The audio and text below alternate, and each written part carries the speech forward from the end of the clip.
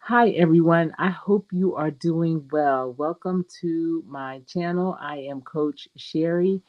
And in this show, I wanted to talk about or do a recap on yesterday's auto show 2023 here in Charlotte. It was at the Charlotte Convention Center.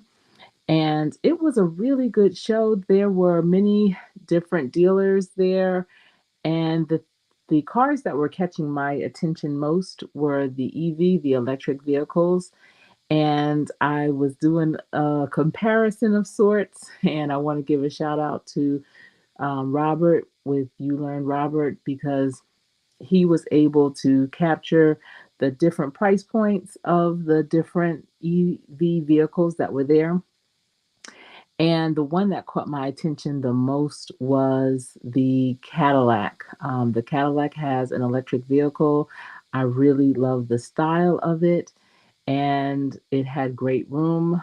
And I just really have always really liked Cadillacs. I think it's because I grew up with my parents having Cadillacs, and I'm just now getting back into it. I want to say within the past 10 years, really getting back into Cadillacs and the way that they've updated their models, their body, the cars look really nice. They drive well, they're reliable, durable, and I'm just really pleased with it. Now, I think the fan favorite, especially on my or in my chat yesterday, was the EV um, for the Mercedes, the Mercedes Benz. Most people were drawn to that, and I get it. Mercedes definitely has longevity. It's well known. Lots of people like them. I loved it. I had a Mercedes, and I did. I enjoyed it. It was a good running car. But for the price point, I believe Mercedes was the most expensive, or maybe it was between Mercedes and BMW were the most expensive out of all the vehicles, the EV vehicles. But you know what? When I left, I ran into someone who manages fleet for a large organization here in Charlotte. And she was on her way to the car show, and I was leaving. And so we had a conversation, and she was just saying how people don't consider the battery life. The battery of the vehicles once they stop once they stop once something happens, if the battery gets dies or some trouble, battery trouble, people don't consider that, and that those are very expensive. And the parts now for cars, because the fleet that she is over, that she manages, has about 30 electric vehicles in it. And she was saying that, when one goes down, it takes about 6 months to get the parts. So that's a long time. And I did ask the Cadillac dealer that was there, how do you plug it in at home? Does it go plug into a regular outlet? And he made it seem like it was no big deal. Oh, it uses the same outlet that you would use for your dryer. And that's all well and good. We do have a washing machine and dryer in the home, but that's in the home.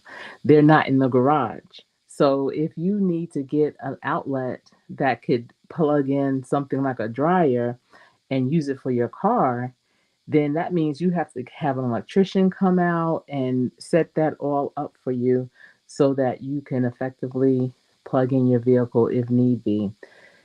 And so that's where I, feel that I want to wait a little while before looking more into an electric vehicle, because I don't think they are as accessible as, you know, um, they're not as accessible right now in terms of how to how to charge them up. Um, Maybe I need to start paying attention more. I know that when you do have certain things and you're really looking for it, you see them all over the place. So maybe it's because I don't have an electric vehicle, and that's why I'm not really seeing how or where to charge them. But that's definitely a concern. But what was interesting? They had the Lexus electric vehicle, BMW, Audi, Mercedes Benz, Cadillac, and I believe there was one more. But Tesla wasn't in the building. I didn't see Tesla anywhere in the building. And Tesla is definitely the trailblazer when it comes to electric vehicles. So I'm really surprised that they weren't there. Or they may just have that posture of we don't need to be here. There is no competition. We are the front runners. I mean, Tesla has a partnership with a community college here, and they have a program where they teach people that are going back to school to get reskilled or um or skilled up, and they are teaching them how to work on electric vehicles, most specifically Teslas. So, they kind of have that market, chopped down or nailed down. So I guess they just feel that, you know what, we don't need to be at these auto shows. Everyone knows who we are. Our cars are well recognized and branded, so why should we have to go? We're not changing anything right now. If anything, we're just going to tweak things here and there, but basically our design is our design, and that's actually really smart. But eventually they will have to think again. I'm thinking about the BlackBerry phone. Remember the Blackberries? And, they had the keyboard, they were big, they had the connect where, especially if you did anything with construction or where you had to communicate quickly with a teammate, they had that kind of like walkie talkie feature. And they did not want to think again. When Apple came out, BlackBerry thought, oh, that's going to be gone to here today, gone tomorrow. And they did not want to rethink their design. And now you don't see Blackberries, they are antiquated, and they are out of the market basically. So at some point, Tesla is definitely going to have to think again regarding their design options and, just the way that they are marketing things. Hopefully, they are thinking again so that they can continue to evolve, because I would hate for them to be one and done for sure. And, I was thinking about safety. Looking at the vehicles, even the most expensive vehicles that were there, they had the Austin Martins, the Bentleys, and those cars were going for upwards of 300,000 and over. And for all of the vehicles, I don't know what made me do this, but I touched the grill. I was really attracted to a lot of the cars' grills. They are doing some really interesting designs with the front grills that are making them look just really special. Some of them look like they have their diamonds, or just the way that the light reflects on them. This looks really, really special. But every single grill on every vehicle, be it an SUV, a huge pickup truck, a luxury car, a mid-sized car, a starter vehicle, a sports car, every single grill that I touched was made out of plastic. And that was very concerning to me, because plastic is not the most safe material to have surrounding you. It easily bends. I can't imagine that there's anything special about this plastic that the cars were made out of, where oh, if they got into a bumper or fender bender, that they would be very protected. I can't imagine that. So it was really concerning, especially for the vehicles that cost over $300,000. Now, it made me remember how back in the day, how we used to never use our seatbelts. I remember growing up, we would take long trips from New Jersey to as far as Virginia, and maybe even a little bit further, a few times to North Carolina, and none of us would ever have our seatbelts on, ever. And when I was younger, my parents used to drive a big Cadillac. I can't remember the model, but it was like the huge four-door Cadillac from the early 70s. And so I was looking up some pictures, and I found this picture. Let me see if I can get it by itself. Um, but I was looking up some pictures, and this one was closest to what I remember the interior of my parents' car looking like when I was growing up. And Do you see that armrest that's in the middle on the front seat? Well, I had two older brothers. They are eight. I still have them. They're 8 and 9 years older than me, and they would be in the back seat, horsing around or doing whatever. And I would sit on that front seat with my parents on that armrest, and I would sit there for however long the ride would be, and that was my seat. We didn't use the seat belts at all. It wasn't like my mother was holding me, so that I wouldn't flip over or anything. That's just how we were rolling, and it was fine. We did never got stopped by the cops. It was never a issue. And just looking back or thinking back to it, it's just amazing how things have evolved. Those cars back then for sure were made like steel. They were heavy, they were made out of metal, and they were like tanks. So I never really remember seeing cars back then with all kind of dents and scratches and fenders hanging down or anything like that. Do you remember that when you were growing up, years and years ago? Did you ever remember seeing cars all banged up and whatnot? I didn't see that, and maybe it's because I'm thinking it's because the cars were made so durable back then. They were so heavy duty. How are you, Joshua? It's good to see you. Thanks for coming in. Thanks for coming in. I'm just talking about vehicles then and now, and the safety or not of vehicles. I know back in the day they were made to last. Someone would have a car for 10, 15 years. And the only reason why mostly back then people would change a vehicle was because the model, the body type had changed or whatever. But basically, the car still would run relatively good. But again, I remember sitting on that armrest. That was my seat. That was, I guess, like my car seat. I remember being as young as 3 years old sitting on that seat and loving it because that's how I was able to see over the dashboard. If I sat in the back with my brothers, I really couldn't see anything. And I always loved looking at things. I remember one time when we were going somewhere, and I always had to sit in the middle. And I wanted to sit at the window so I can look out. And so my oldest brother was like, okay, we'll switch seats, and we switched. And I remember my dad looking in the rearview mirror, and I guess he was, since I was small, he could just see straight through it. But because my brother was so much older and bigger than me, when my father looked through the rearview mirror, he saw my brother's head and was like, "Oh hell no, no, I'm pulling over," and pulled over and made us switch back. But I just remember always just wanting to see what was out there. And so again, sitting on that armrest was my place. That was the place to be. So also, I remember I had some cousins that lived in New York, and it was my aunt and uncle, and they had four kids. Two of the two youngest kids were around my age, and we were really really close growing up, and I spent a lot of time with them.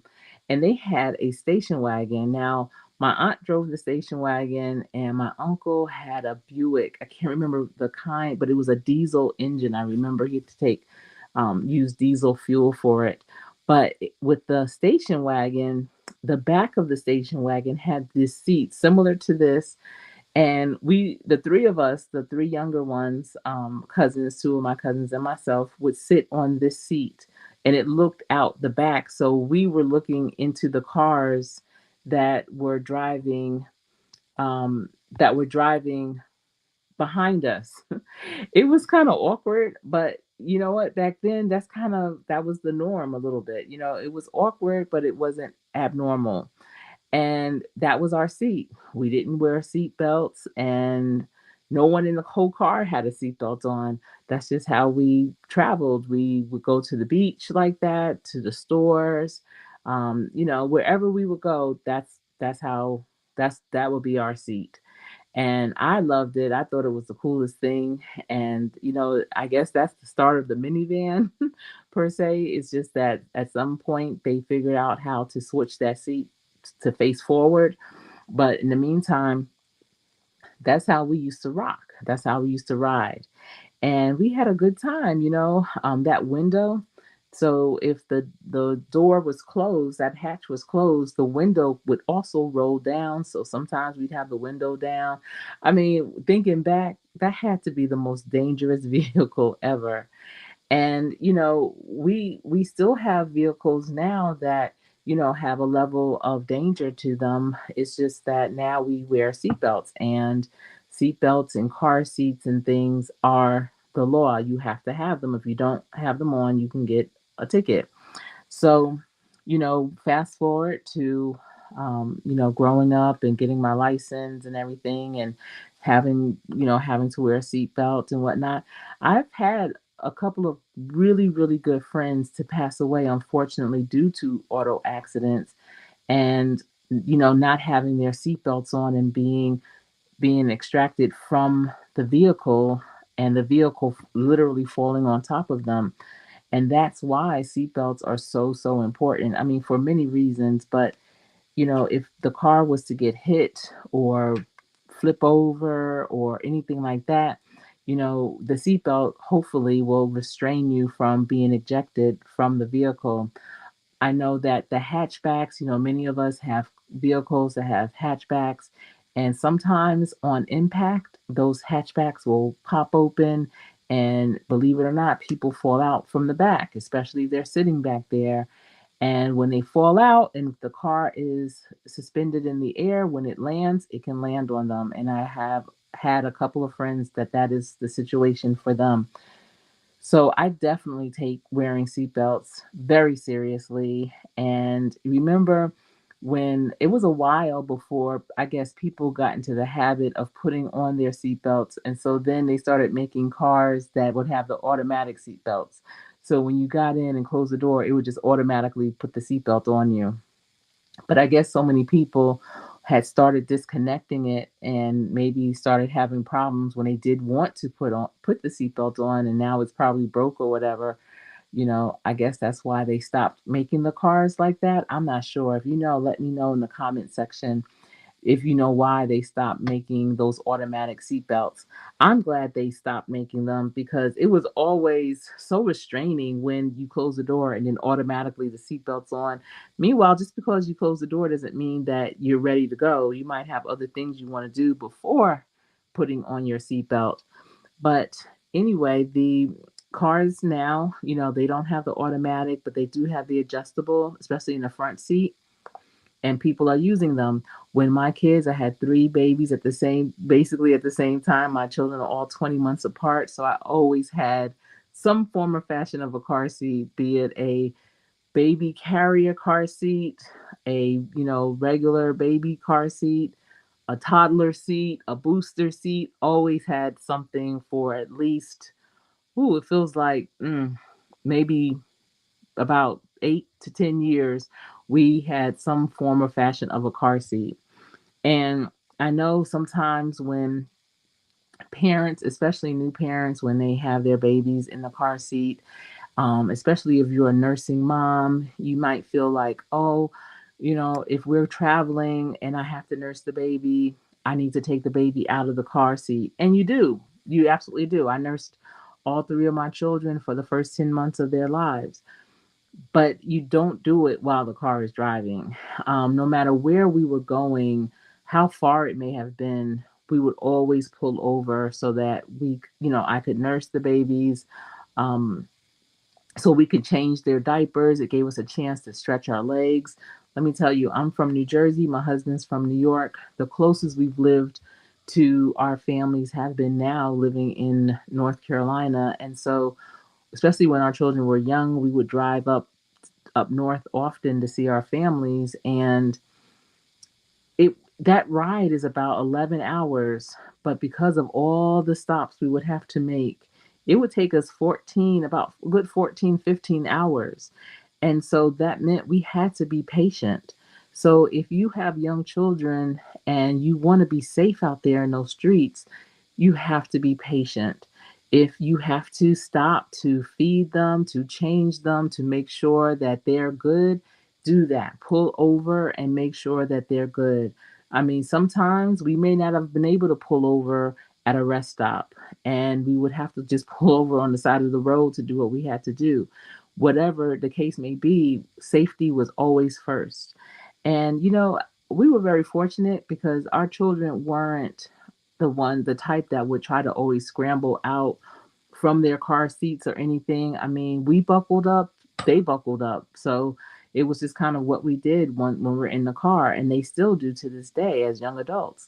But, safety is definitely first. I would have hated if anything would have happened on our watch when it absolutely could have been avoided. But my favorite car seat was a Britax. I'm not sure if they still make that, but it was a really good car seat.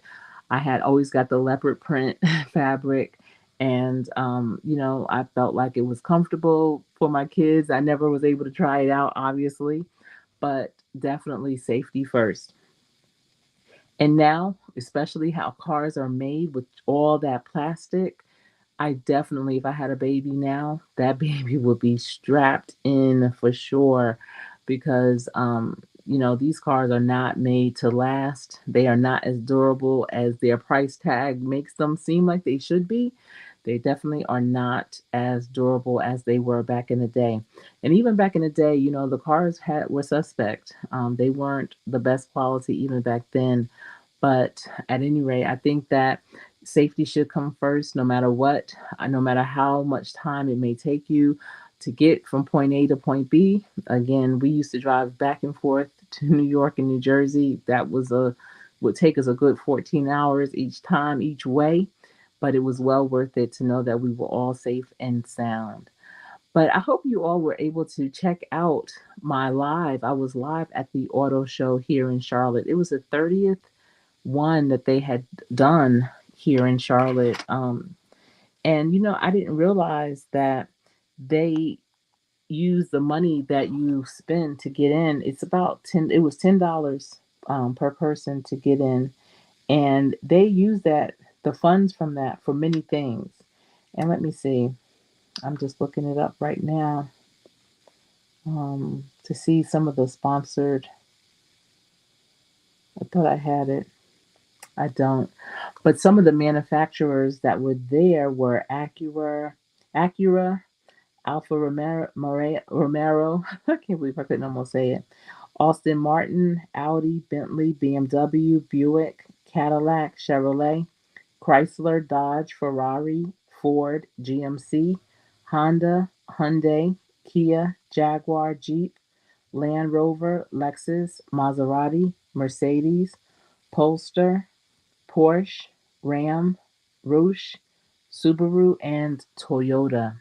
So those were all the manufacturers that were at the auto show. And again, Tesla was not there. I was surprised that Buick does not have a EV yet. They said that one is being designed, and hopefully, maybe by the end of 2024, it should be ready to be tested.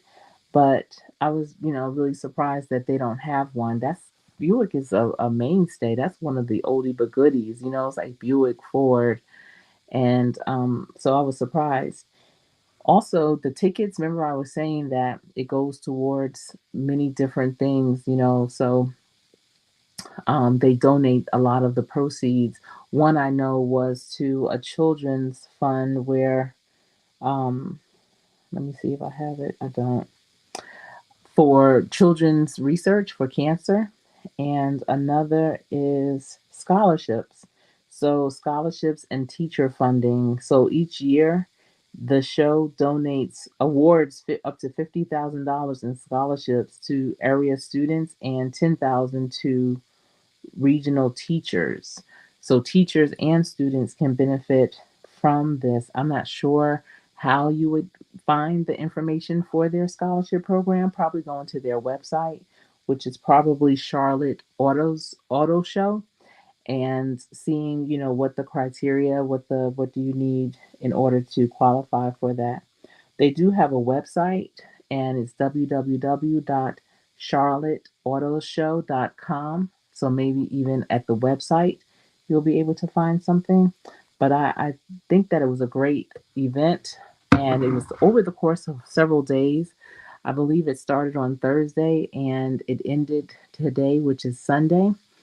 And it was well attended. It wasn't too crowded. They also had a test track where, they had someone from one of the cars, I guess a professional, to drive people that were interested in seeing how the EVs, the electric vehicles, how they went from 0 to 60 real quick and how they stopped. So I felt like the test track was really short. So it didn't seem as if the vehicles had enough stretch to even make it up to 60, but it definitely had a takeoff and the stop was really good. They definitely slammed on those brakes, and that's what you heard, the screeching of the brakes, because they were definitely trying to stop it before running into the wall.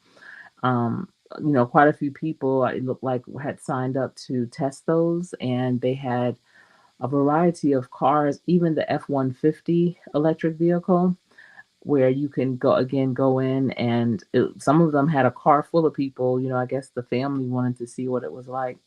So I just watched that and just walked around. They had the whole showroom for the convention center opened up for the show, and they definitely had really good people who didn't work necessarily for the manufacturer, but just were, I guess, car subject matter experts, just kind of at different stations where you could ask some questions. But they also had people that worked for the company, the manufacturer, that were there to answer any more detailed questions that you may have had. They had interesting colors. I saw some really pretty yellows and gunmetal gray, still gray. And would have been really cool too, I think, because in Charlotte is definitely, it should be a hub for vehicles. We have the Lowe's Motor Speedway, so they have NASCAR here. They have the NASCAR Museum here in Charlotte. They have a big RV kind of, it's an RV park, but it's not for people to live on. But when people go to the NASCAR races, many of them bring their RVs and they stay in right across the street from where the speedway is, and they have a RV like manufacturer there too, where they do custom RVs and such.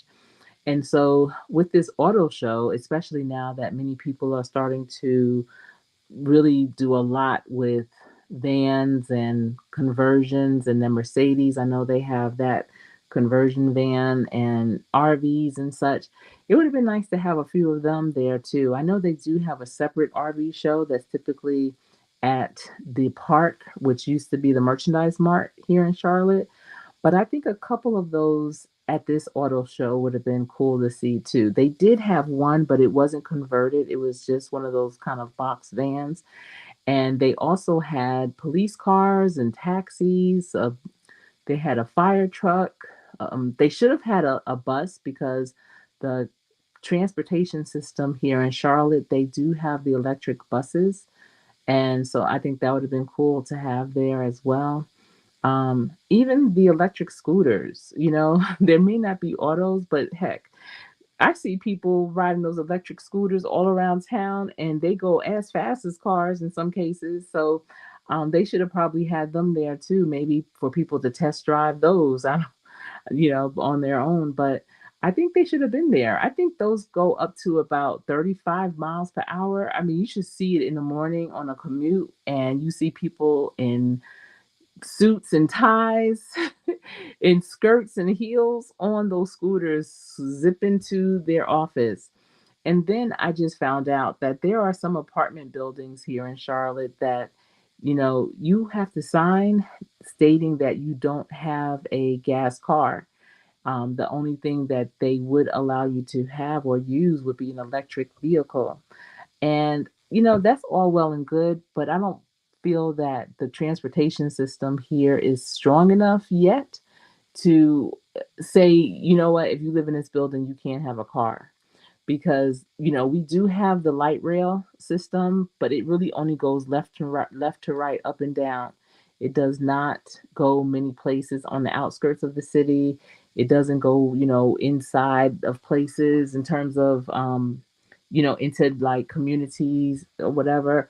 It doesn't even go out to the airport. It doesn't go to any of the malls. It doesn't go to any place that you possibly, would want to go that's a little bit off the beaten path. So if you live in an apartment like that and you don't have a car, then you probably have to Uber most places. And if you Uber to those places, guess what? They're probably using gas. So, I mean, the impact is still happening. So I think they probably pushed the envelope a little bit too soon with that type of stipulation. But, I just wanted to come on here. I really appreciate everyone yesterday that was rocking with me while I was at that auto show. I was trying to show you everything that you wanted to see. So some people did, give me some suggestions of vehicles that they may have wanted to see. What was a popular color for interior was red. I saw a lot of red leather interior. I wish I could remember the car, but there were some cars that the leather was much more plush and, just you can smell it. You can smell the leather, the real leather. It didn't feel like pleather or anything like that. Some vehicles also had suede trim, which was beautiful. But I'm just curious to know why so many of them had red. I'm not complaining. I'm just curious to know, why did they select red? Is it that red, that material is, easily found this time of year or right now, and in terms of supply chain, or what? I really would like to know. How are you doing, Zero the Infinite Renewed? Good to see you. Thanks for being here. Yeah, I would like to know why, so much red. And then I noticed if it wasn't red, in some cases, they had red stitching on the seats. So that was interesting. And are you noticing too that the what's it called? The thing that you put in drive and park and all that, how, they're trying to minimize that as much as possible so that it's not taking up a lot of space. It's not really, something to consider, with the car. The gear shift, the gear shifts have changed a lot. That's what I'm trying to say. Yes. So I noticed that even in my vehicle, the gear shift, the reverse and all that, to go in reverse, I have to push it up, not back. So it's a lot of new things you have to get used to with these new vehicles. They all aren't just jump in and drive. You definitely have to consider, okay, how is this vehicle set up? What is the situation for this vehicle? But definitely check out that live at the auto show. I had a good time. It was a ton of vehicles there. They had all price ranges. I thought that the rims on some of the cars were really interesting too. I really loved the rims on the Bentley. The Bentley had these deep dish rims that went in, and they were just really interesting. But the more luxury cars, we weren't able to open them. We had to just kind of peep inside the windows. They had those locked, and I guess if you wanted to, you have to make an appointment to go and see them in person and to get the test drive and things of that nature. But they just had them on the floor just so that you can see them. um, but I really wish that Tesla was there. Tesla, not too far from Charlotte in Spartanburg, South Carolina, they have, no, actually that's BMW. But Tesla does have they do have a center where they do build the cars not too far from Charlotte. But our BMW has a huge manufacturing plant in Spartanburg, North Carolina. It is the it is the manufacturing plant that is responsible for 75% of BMWs that are shipped all over the country. I mean, not the country, but the world, are made at that particular plant. And with it being right there, I also was surprised at, they had BMWs there, but they didn't have a lot of BMWs there, if that makes sense. Um, and we do have a lot of BMW dealerships. We have Mercedes dealerships. We have all different types, and we have a good list of manufacturers that were there. But I feel like with all the car dealers we have in Charlotte, that even if they were represented, I don't feel that they brought their best selection with them. The BMW, the only electric vehicle they brought with them was a sedan. With Mercedes, theirs, I want to say, was a sedan or a smaller crossover type of vehicle. They didn't have any models that, really stood out visually. That's why I'm saying for me yesterday, the Cadillac's Lyric electric vehicle was the best looking. The body type was more appealing to me than the Lexus or the Audi or Benz or BMW. And I was surprised at how inexpensive, and I know it was still expensive, but I was expecting it to be more expensive, was the Audi electric vehicle. I believe that was like 69,000, and typically Audis are very expensive. So I was a little surprised at that. But again, that vehicle was small too, so it really wasn't worth 69,000. So that's another thing. When I was talking to the woman who was a manager of a fleet of cars for a business here in Charlotte, she was saying that people need to consider the repairs on electric vehicles, and a lot of times they don't. So, yeah, you may not have to buy gas, but if something happens to that, to that system, you wish you did have gas to worry about because the cost of fixing one is very expensive. So I think I'm going to wait a few years, let them get the kinks out, all that electricity in a vehicle. I just can't even imagine it being healthy, much less, something good. Ola, how are you?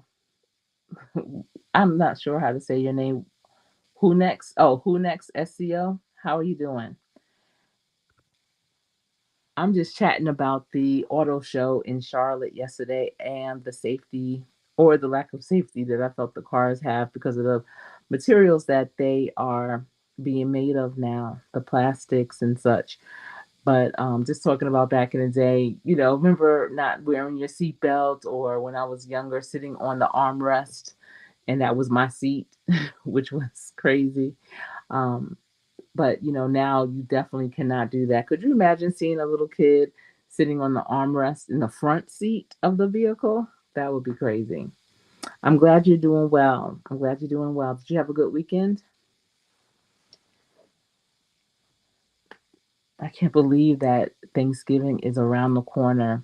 And so, as people find themselves traveling north to south, east to west, I hope everyone has safe travels. If you're driving, definitely wear your seatbelts, be a defensive driver, and as good of a driver as you may think you are. And I know that you probably are, hopefully always consider that maybe the person that's driving next to you is not such a good driver.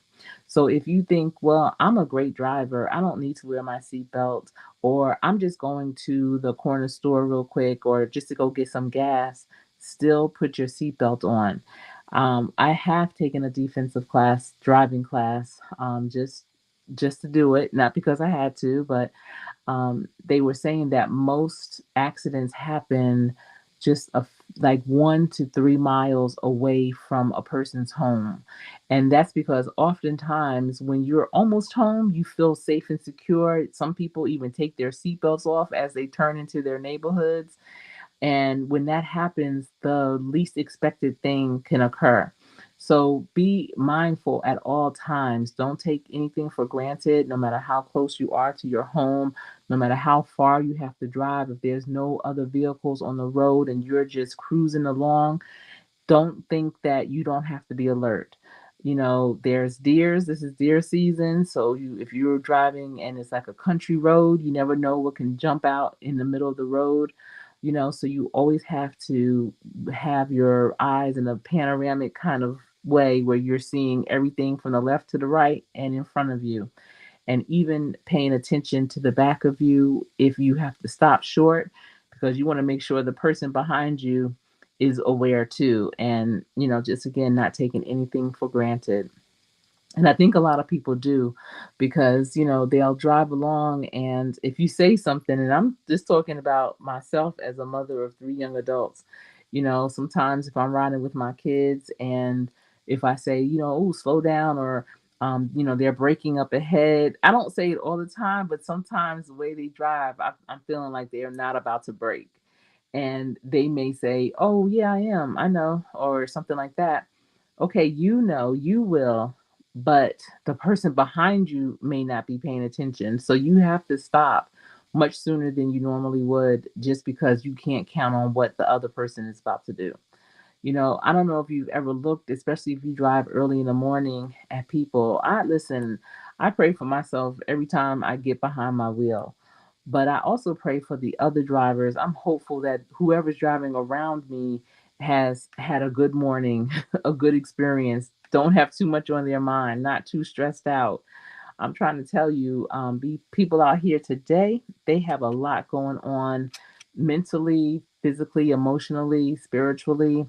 And, you know, it's just unfortunate that sometimes they may find themselves in situations that you find yourself caught up in, just from being, in the wrong place at the wrong time, or the right place at the wrong time, just however you want to look at it. But, again, we are upon the holidays. People are rushing around. Listen, if you didn't leave on time, then it is better to be there late than never. So if you did not leave on time for whatever reason, you might have planned poorly. You may have something came up and distracted you, and you just couldn't leave on time. Well, don't let that stress you out. Don't let that rush you either. Rushing is not going to necessarily get you there any quicker, and it definitely has a better chance of not getting you where you need to be safer. So the best thing that you can do is really plan ahead. If you know that you have to be there at a certain time, then leave earlier. I always tell people, if you are on time, if you are there when it starts, you're late. Try and be wherever you need to be at least 30 minutes before. This way, you'll give yourself a chance to just kind of breathe, relax, figure things out, just kind of let your hair down, and, just be ready to receive whatever is getting ready to come up. Otherwise, if you get there right when it starts or late, you're rushing around, you're hot, you're confused, your stress levels are so high and up, and you just don't have enough time to get yourself calmed down and collected. But I'd rather see you there safe than not at all. So please, everyone, for this holiday season, consider getting where you need to go safely, and also consider other people that are traveling around you. So if you're trying to bob and weave in and out of traffic because you're running late, think about those families that are in those cars that you are cutting off. Think about those families that are in those cars as you're running that light that's just about to turn red. Be mindful of everyone, because we all need to make it there. Wherever we are going, we all need to make it there. So I'm just jumping in right now. I'm getting ready to sign off. I appreciate you all for being here. Just wanted to do that recap and just do a little walk down memory lane when it comes to what cars used to be like, with the seat belts or the no seat belts. The back seat of that station wagon, sitting in that back looking out at the people behind us, which was so weird. But I hope you all have a great, great evening. I'll be talking to you before Thanksgiving, so I'm not even going to say have a happy holiday. I'm looking forward to talking to you. Oh, I see more people are saying things. Let me just see. You went to the Ferrari dealership a couple of weeks ago, and I have a bit of. Oh, okay. Is it on your channel? The footage that you got from the Ferrari dealership? Do you have it on your channel? How are you doing, Auntie Mama's Kitchen? It's good to see you. Thanks for stopping by. Okay, well, post it. Post it. I would like to see that. Hmm. Yeah, I'm finding that it's not much difference in vehicles now. The designs, and especially on the interior. I mean, most cars now, even the most basic, have the screen now. For directions and touch screen for everything. But it's there's not much creativity in the cars. I did notice some of the dashboards had a sleeker look to them, but and some had maybe bigger screens, but not too many had much else going on. Not too many bells and whistles. So at this point, it's really about the brand. What brand do you feel most comfortable with? What brand do you rock with? Because, like I said, I've had a Lexus, I've had Mercedes. We have for trucks, we are GMC people. We've also have been with Cadillacs, big trucks and everything, Denali's and different SUVs like that. But I'm finding myself gravitating more and more to Cadillac. I've been rocking with Cadillacs for the past almost 10 years now, 8 years. And that's what I started out with. Growing up, my parents used to drive those big Cadillacs, those big, huge gas guzzlers. And then remember, I think it was like 1979 when we had the gas shortage. And that's when they got a Pontiac. I remember that it was a yellow Pontiac because I went with them to pick it out, and I was just concerned about the back seat. I was a little girl, and I knew whenever we did road trips, and by then my brothers were both out of high school, so they didn't really go with us on those road trips. So I was just like, listen, I'm just all about the back seat. Is the back seat comfortable? And so the Pontiac that my mother ended up getting was comfortable. It was so, I think the seats were kind of like a velour. They were so soft. And then when the gas shortage was over, I remember she got a Chrysler New Yorker. And then they had my dad, I remember, got that Cherokee when they came out with those gold rims. He got a red one. I loved it. Oh my goodness, I loved it. But you start thinking about the cars that you grew up with, and the stick to itness and the longevity of those cars, and the how stable they were. I think that's what happens, as because they, like I said, they're all basically the same. um the more luxurious vehicles aren't coming in as many colors as I guess the sports model type cars. I feel like the Cadillac Lyric only came in three colors, if that. And look at Tesla. Tesla really only has three or four colors. What is it? White, black, red, and maybe a blue. Do they have silver? I can't remember. There was this one guy all day. And so that's what they were doing. Also, Zero the Infinite Renewed at the car show. They just had people that were going driving in a circle on the test strip. They just would drive around, pick up the next group of people, drive back around, and then floor it, and then come to a sudden stop, come back around. And they did that for the entire day. I don't know if they switched people out after a certain time. I would think so. But, they definitely have people that are professionals at driving. I know with BMW and those German made cars, they'll take people or send them to Germany to drive on. Do y'all remember what it's called? It's a really fast road in Germany. I can't recall the name of it, but they'll take them there to drive those cars so they can get the feel of it. And because some of those cars, let me tell you, especially the ones with the dual exhausts, there's no way you just driving that around in a suburban or an urban area. You have to open that up. And if you don't know what that feels like to truly open it up, then why even invest in a car like that? So they take them over to Germany to test drive those vehicles in on those types of roads, where they can really open it up, where there's really not a speed limit per se. You never been into luxury cars like that? What type of car do you typically like? I know that job, it can't be that easy. So you have to be a really good driver. You probably have to have a certain like 20/20 vision. You know, your what's it called? Your coordination has to probably be on point. And think about it. A lot of those cars, especially those sports cars, they'll be sticks. Stick shift, and so you have to be able to drive one of those well. So I can imagine. I've never even seen any of those types of jobs posted. It's probably kind of who you know. You probably also have to have a mechanical background to be able to understand the different systems within the engine and acceleration and all that. So it's probably a lot to it for sure. Hmm. Yeah, I know some people aren't into cars at all. Some people are into trucks. Um, some people aren't into cars at all.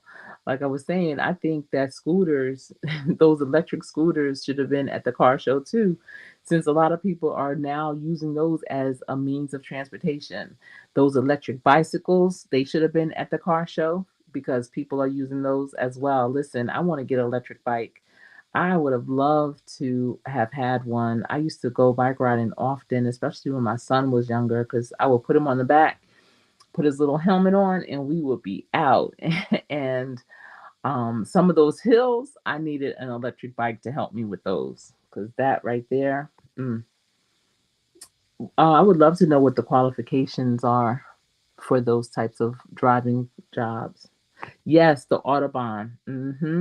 So that's what they do. They send the people that they send. Sometimes they send just regular employees that are going to sell the vehicles to Germany to experience the Autobahn, so that they can really get a sense. I would love to go there and just see how fast people drive. I have a few friends that are German, and they said it is no joke. Oh, the Mustang GT. Oh my goodness. I remember when I was a freshman in college, and my dad was going to buy me a car. And so all that year he was looking at cars. And so he said, "Oh, I found it was like I forget 1960 something white Mustang." And I was like, "Oh my goodness, I would love that." But it was a stick shift, and it was an old stick shift. Now I knew how to drive a newer stick shift, but I didn't know how to drive the older ones, and he didn't think I'd be able to handle it. So I didn't get that. But sticks have changed so much from back then to the 80s to now. Now a stick shift is like driving an automatic vehicle. They're so simple. You wouldn't even know that it was a stick shift the way that they have it. But remember, it had the clutch. And my brother, he had a Z28 Camaro. It was red. It had the T T top or whatever that can come off. And I think I tried to drive it once. If my brother is watching this video, and I believe you gave me permission to drive it once, but it was just way too powerful. I want to say the back of it, something on it was really light, and it made it really challenging. And my house, we weren't at the bottom of the hill, but we lived on a hill of sorts. And I, I just didn't feel comfortable with the cars parked on both sides and everything. I just didn't feel comfortable driving it. It was that was like a real stick shift from back in the day. And this was probably in like 1990, 91 maybe. And so yeah, he had a red Z28 Camaro. I think that's what it was. And I tried to drive it one night, and I said, "You know what? I don't think I could do it." I just did not feel comfortable enough to do it. Um, Let me see. Hey, Eastad, how are you doing? It's good to see you. Thanks for stopping by. Call it the transportation show. Well, listen, I guess you could say that instead of auto show, the way that people are doing different things, different means of transportation. Heck, have a couple of pair of roller skates up in there too. When I was younger, I used to roller skate to the store for my mother and get bread and stuff. I would roller skate there. So, that could be a means of transportation for somebody. Skateboards, have a section with skateboards. Put it all out there. Why not? We're trying to be sustainable, and encouraging people to do other things other than cars. They didn't have enough electric vehicles there. Not every dealership has them. Buick doesn't have any electric cars, so have those other sustainable, environmental friendly means of transportation. So I guess, yeah, a transportation show would be good. Hmm.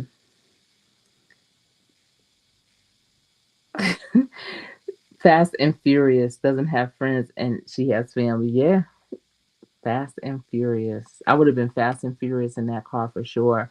And so the first stick I had to drive, stick shift, was I was driving back to college. My father was taking me back to school. My school was 3 hours away from my house, and it was after Christmas break. And we, for whatever reason, was driving my other brother's car. I forget what kind of car it was. It was a Nissan though, and it was a stick shift. And it was snowing, and my dad, I don't know why, he was really tired, and he was just like, "Listen, I need you to drive. You think you could do it?" And so with my dad, you couldn't say you couldn't do something because you would have to do it. It doesn't matter if you couldn't do it. You had to do it. You were gonna learn that day.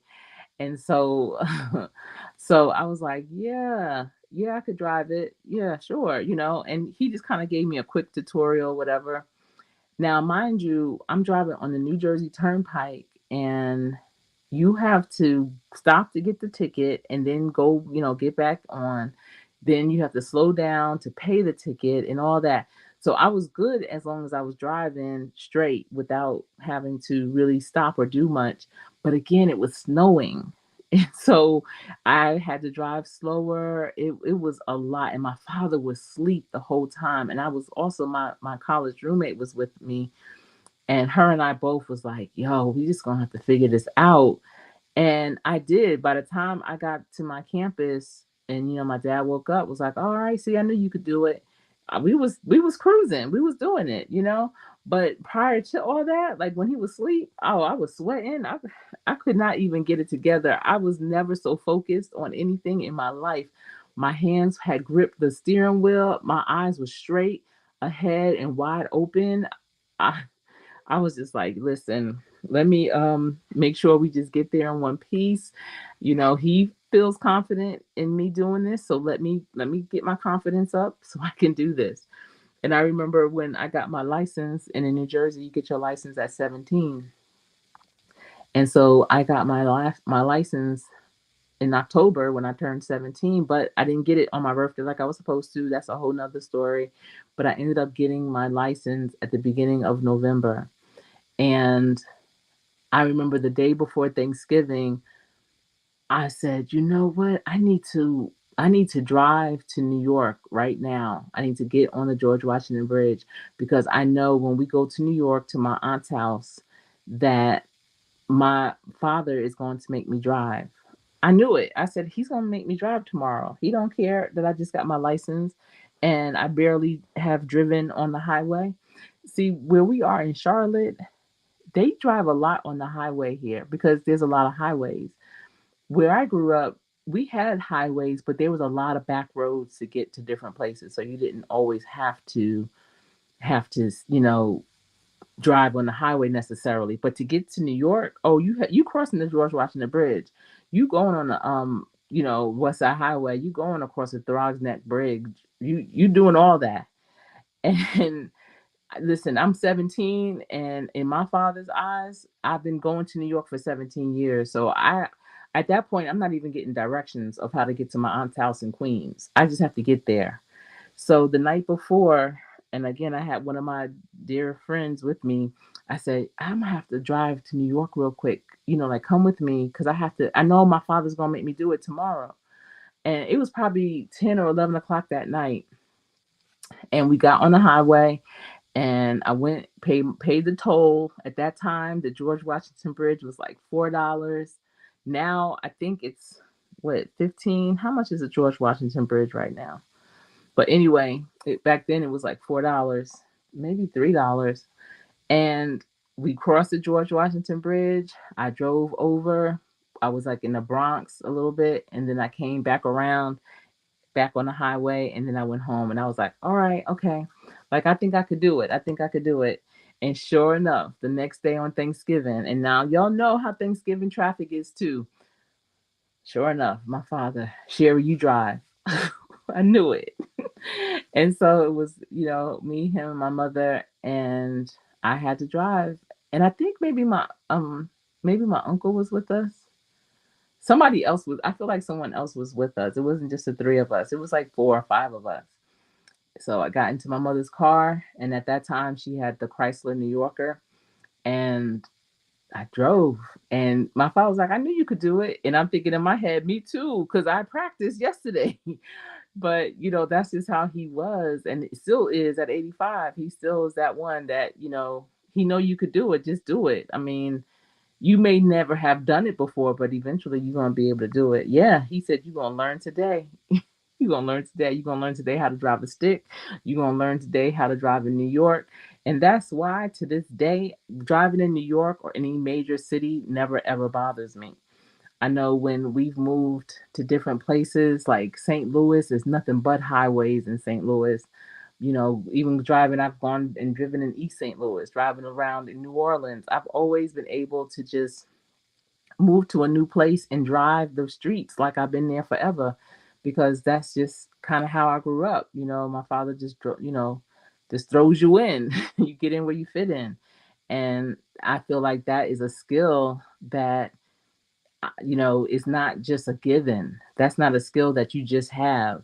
It's definitely a skill that, you can eventually learn it, but it's something that if you get it early, it's just part of who you are and what you do. There's nothing too hard for you to do. There's nothing that's strange, nothing you've never done. You just do what you do.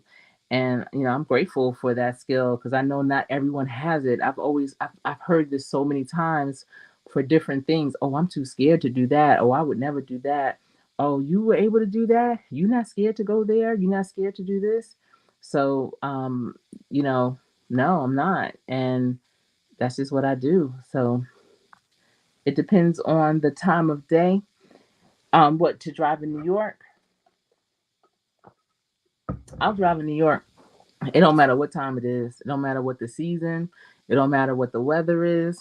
I love driving in more challenging areas because it makes me more alert and it's just like a thrill, like it's the fun of it, just to have that challenge and then get where you were going safely and arrive and be like, I'm here, we here, what's up? I love that. Yeah, the easy pass. They do. We have it. That's why you don't know how much the tolls are because it's all easy pass now. You just drive through. You don't even know. I have no idea how much the tolls are. I know they are a grip. I know one thing, if you don't have an easy pass and you drive in New Jersey on the New Jersey Turnpike, oh yeah, you gonna get that bill. And that bill, oh, it's not even that expensive. I want to say it might have been like $7. But the administration bill, for them to, I guess, mail it to you or whatever, is $50 on top of that $7. So you could think you can just do the easy pass and boom boom if you want to. When they send that bill, it's gonna be whatever that toll plus 50. The other states didn't do that. Please do not ask me how I know that or why I know that. But yeah, it's New York is interesting. I remember the West Side Highway was always like a racetrack. For it to be so busy, young dudes, especially if they had, you know, race cars like that Mustang GT, or well, back then they would have the M3 BMWs, the Alfa Romeros, um, the 190 Mercedes class or whatever. And I remember they would be bobbing and weaving, no matter how thick the traffic was on the West Side Highway. And that, listen, I'm terrified of that now, but back then I loved it. I did. Yes. Yes. Always believe that. Always believe you can conquer all. And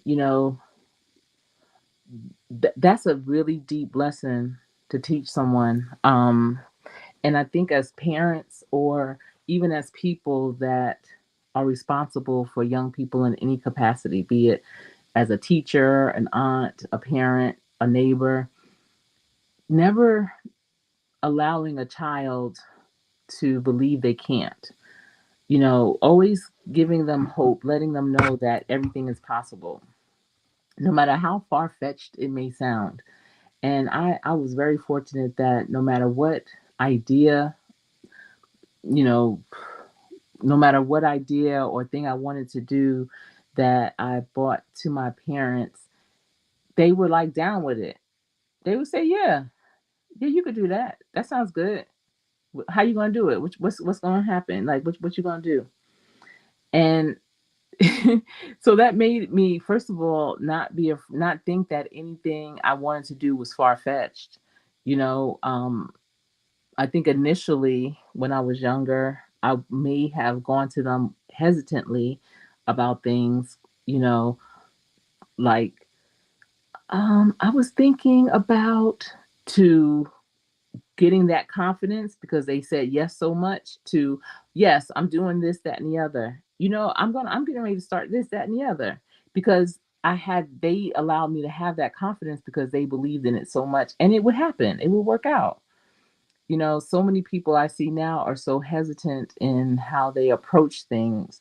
They question themselves, they doubt themselves, and I believe that starts at a very early age. So, it's never too late to change, to upskill, reskill, change your mindset. But if you can do that for a child, a young person at an early age, that will pay off in dividends for sure. Yes, the toll price on the George. Did you look that up? Gosh, let me see. How much is that? Thankfully, it's only you have to pay one way. Let me see. How much is the toll going across the George Washington Bridge?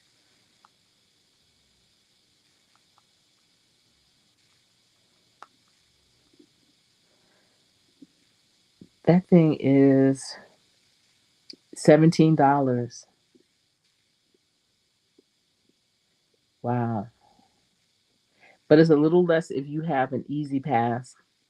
If you have an easy pass, it's 14.75 during peak time or 12.75 during off peak time. But my thing is, why is it so many different prices? That's ridiculous. It was $4. I moved away from New Jersey in 1995 and it was $4 and now it's 17 and the roads are still terrible. When you come back from New York, you still have to get new tires or do something to get your tires balanced because the roads are so terrible with potholes and such. I can see if the streets were smooth and, boom, boom, like in the South, where there's hardly any tolls, the streets are beautiful. The highways are amazing. But up north, where there are all those tolls and whatnot, the streets are horrendous. That's so crazy. Hmm. But you know what, you all, thank you for coming in this evening and chatting it up with me. I hope that you enjoyed this video. I enjoyed being with you. And again, listen, I say this all the time, but it's the truth. Practice every day. Practice every day because there is a game and you are going to get that ball to take the winning shot. And if you practice, when you take that shot, you will definitely make it and win. I appreciate you. I am Coach Sherry, and I will be checking with you soon. Take care and stay safe.